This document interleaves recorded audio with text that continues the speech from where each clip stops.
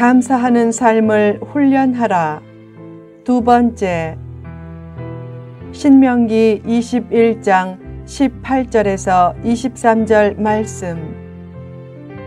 전편에 이어서 계속됩니다. 3. 부모의 마음을 이해하라. 왜 하나님은 부모에 대한 불순종을 죽을 죄로 여겼는가? 부모의 마음을 상하게 하지 말라는 뜻이다. 자신도 부모로부터 상처를 많이 받았다고 항변하지만 부모로부터 받은 상처가 부모로부터 받은 사랑만큼 크겠는가? 가정에서 함께 살다 보면 때로는 상처도 주고받을 수 있다. 그래도 사랑의 보자기로 서로의 허물을 덮어주고 이해하며 행복의 꽃을 피워내라. 아담과 하와는 벌거벗었으나 부끄러워하지 않았다. 가정에서 벌거벗은 부끄러움을 서로 덮어주라. 가정에서는 편한 옷을 입고 실수와 허물과 민낯을 다 드러낸다. 그것을 감싸주는 존재가 가족이라고 믿기 때문이다. 사랑은 허물을 덮어주는 것이다.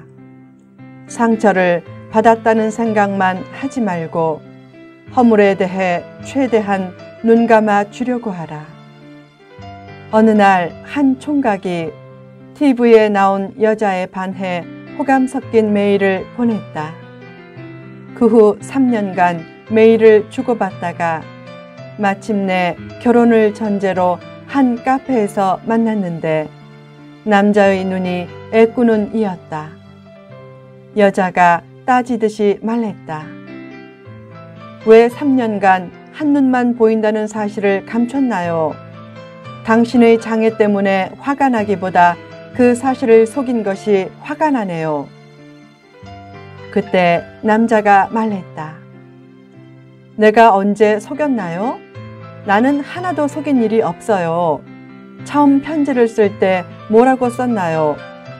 당신을 처음 보는 순간 한눈에 반했다고 하지 않았나요? 그 유머에서도 참고할 교훈이 있다. 사실상 가족은 단점을 보는 한눈은 주로 감고 장점을 보는 한눈은 주로 뜨고 살아야 한다. 긍정적이고 좋은 면을 보고 살아야 인생의 상처가 줄어든다.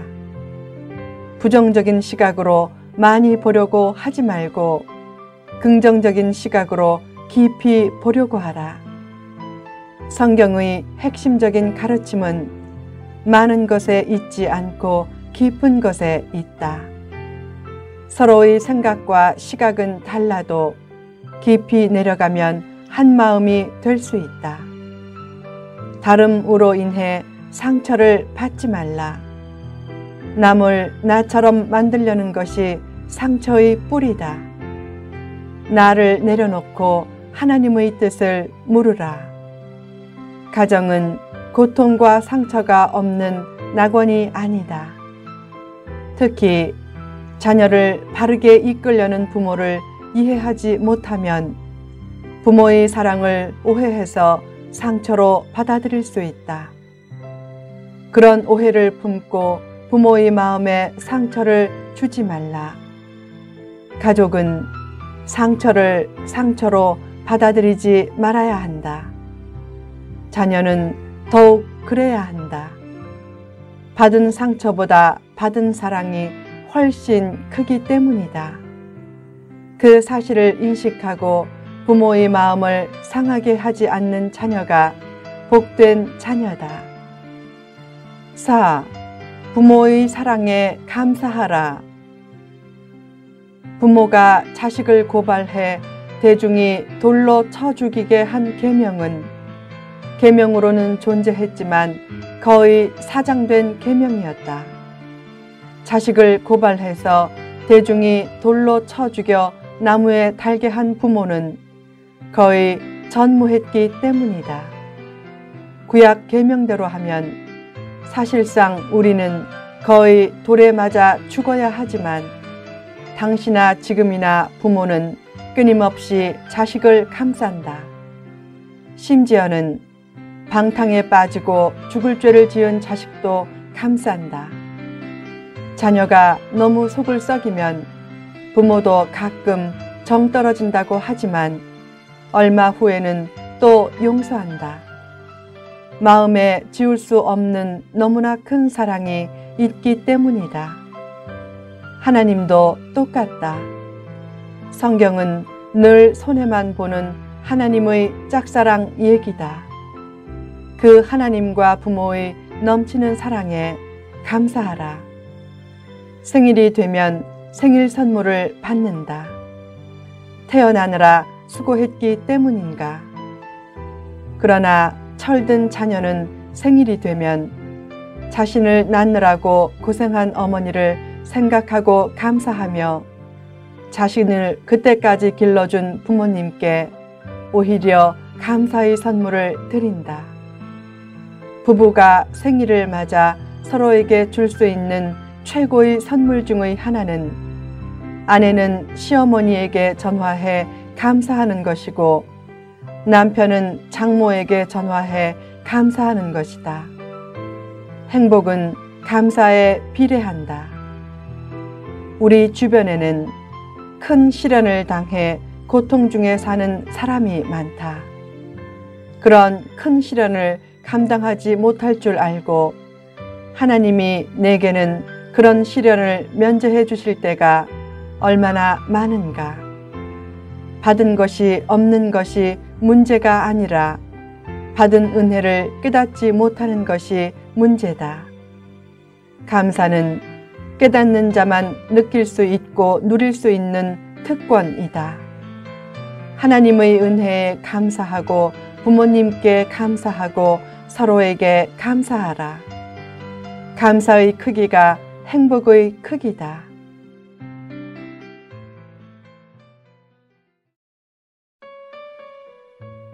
감사하는 삶을 훈련하라.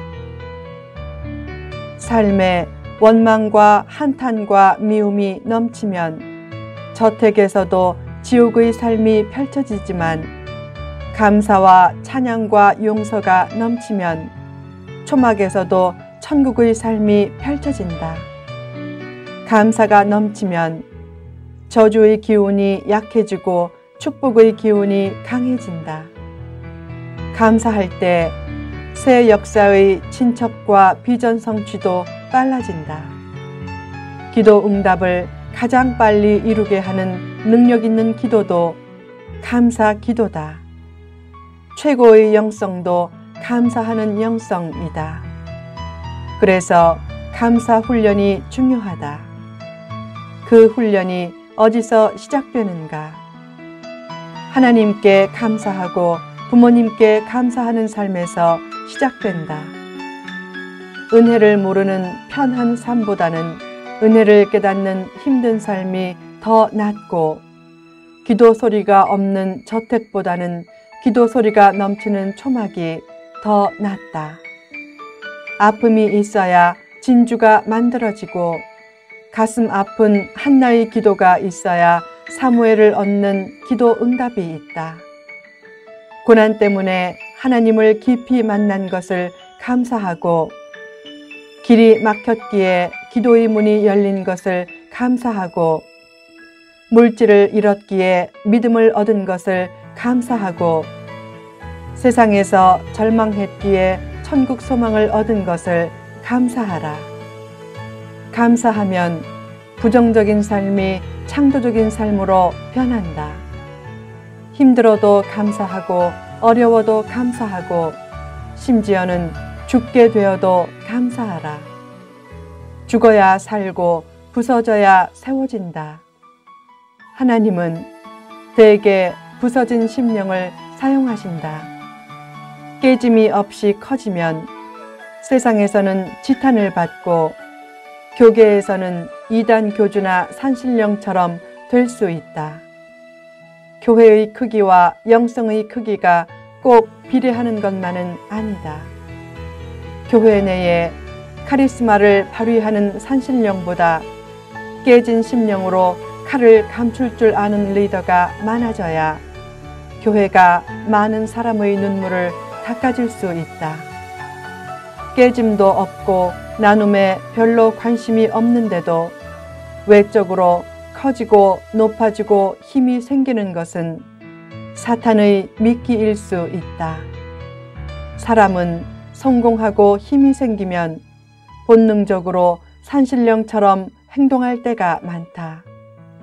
그것은 죽음의 나락으로 떨어지는 길이다. 왜 한국 교회의 위기가 생겼는가? 영성과 카리스마를 내세우면서 외적인 교회 성장에 집착하고 기도를 많이 한다면서 산신령이 된 것처럼 행동하기 때문이다. 꽃은 만발한데 열매는 없고 성장은 있는데 성숙은 없고 인간적인 세미나는 넘치는데 교제와 훈련은 적은 것이 문제다. 옥합은 깨져야 향유가 흘러나오고 반석은 터져야 샘이 흘러나온다. 하나님은 성도를 고난과 기다림을 통해 고운 가루로 만드신다. 사람은 자기 힘으로 살려고 하지만 하나님은 자기 힘을 빼고 더욱 하나님을 바라보며 살라고 시련을 허락하신다. 그런 방향 차이로 내적인 갈등이 있고 기다림에 지치기도 하지만 나의 기다림보다 나의 성숙을 바라시는 하나님의 기다림이 더 간절함을 기억하라. 비전 성취가 늦어져도 너무 낙심하지 말고 기다림을 활용하라. 기다릴 때 더 준비하면 축복의 때가 반드시 온다. 필자도 축복의 때를 기다리며 계속 글을 썼기에 현재까지 성경 약 83%를 강해한 약 25,000페이지 분량의 방대한 문서 42세트를 완성시키고 월세기, 즉 월간 새벽기도 문서 사역을 진행시킬 수 있었다. 더 나아가 앞으로 완성될 성경 전권 강해를 통해 내일을 꿈꾸고 세계를 꿈꾸고 천년 영향력을 꿈꾸게 하셨다. 준비하며 기다리는 삶은 결코 헛되지 않다. 하나님은 최상의 때를 아시고 그때가 되면 생각을 초월한 신비한 역사를 통해 축복의 문을 활짝 열어주신다. 그 전에 자아를 깨뜨리고 하나님을 온전히 의지하며 열심히 감사 훈련을 하라. 그 감사 훈련의 첫 단추가 되는 중요한 훈련 과목이 부모님께 감사하고 어르신을 공경하는 삶이다.